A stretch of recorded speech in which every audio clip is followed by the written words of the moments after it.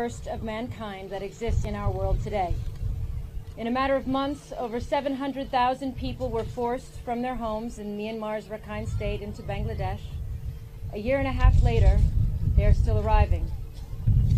While the death toll is unknown, reports suggest that many thousands have been killed since the violence broke out in Myanmar, including women and children. Everyone has been left traumatized. Bangladesh's generosity in giving Rohingya people a place of safety is a significant and visible gesture of humanity. The scale of the forced displacement is now so large that there are more than twice as many Rohingya living in exile than in Myanmar itself. And in Cox's Bazar, where we stand today, it hosts the largest and most densely populated refugee camp, now home to more than 600,000 refugees. All refugees are inherently vulnerable, but the Rohingya are not only displaced, they are stateless. They have been denied their most basic human right, citizenship in their country of birth.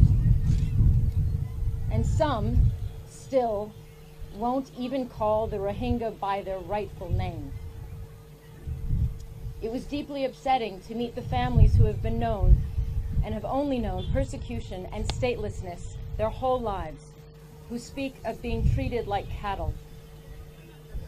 I am therefore thankful that here in Bangladesh, Rohingya refugees have their existence recognized and are being provided by the government and UNHCR with documentation and proof of their identity, in some instances for the very first time in their lives. The Rohingya families I have met are no different from other refugees in one crucial respect. They want to be able to return home. And they have an absolute right to return home, but only when they feel it is safe enough to do so voluntarily, and they know that their rights will be respected. I met a woman yesterday, a survivor of rape in Myanmar, and she told me, "You would have to shoot me where I stand before I go back without my rights." The responsibility to ensure those rights and make it possible for the Rohingya people to return to the Rakhine State lies squarely with the government and the authorities in Myanmar.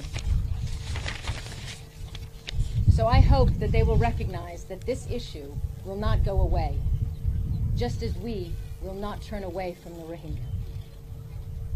I urge the Myanmar authorities to show the genuine commitment needed to end the cycle of violence and displacement and improve the conditions for all communities in the Rakhine State, including the Rohingya, in line with the recommendations of the Rakhine Advisory Commission and working together with UNHCR and others.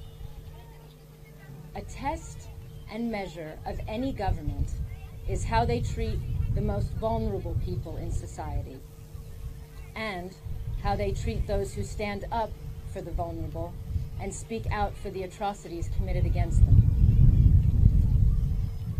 The people responsible for human rights violations must be held accountable for their actions. While UNHCR is ready to support efforts to improve conditions, there have been very little progress on the ground. The Rohingya cannot return to Myanmar at this time. And until they can return, we have a collective responsibility to ensure that they can live dignified lives here in Bangladesh. This week, I have witnessed the remarkable and global humanitarian response to date. And while it is clear that lives have undoubtedly been saved and the Rohingya have been able to live with a sense of dignity, there are still challenges. In particular, a generation of Rohingya children are still without access to the education that they deserve, and which many were deprived of their right for far too long in Myanmar. So I'm here to see what more can be done to ensure the Rohingya children can gain education with recognized qualifications that they need to retain a clear vision for their future and, when conditions allow, rebuild their communities in Myanmar. also met yesterday with some of the many survivors of sexual and gender-based violence, including mass rape. Nearly 2 years after the beginning of this emergency, there is still a worrying gap in psychosocial services able for refugees survivors, and this gap urgently needs to be addressed. Bangladesh is a generous country, rich in culture and history, but with limited resources, and it cannot be left to shoulder the responsibility of hosting the Rohingya refugees alone. So I urge the international community to continue to provide the humanitarian aid necessary to meet the needs of the refugees and support the communities so generously hosting them. And finally, and more importantly, to the Rohingya refugees, I want to say I am humble and proud to stand with you today. You have every right to live in security, to be free to practice your religion, and to coexist with people of other faiths and ethnicities. You have every right not to be stateless.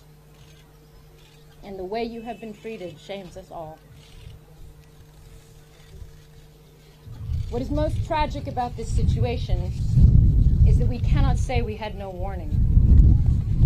It is a result of 4 decades of persecution and discrimination, which have gone unaddressed for far too long. It reminds us why there are over 68 million displaced people worldwide, because we do not succeed in acting collectively to prevent conflict, but find ourselves simply trying to manage its unmanageable human consequences. The Rohingya crisis is therefore emblematic of a much wider problem.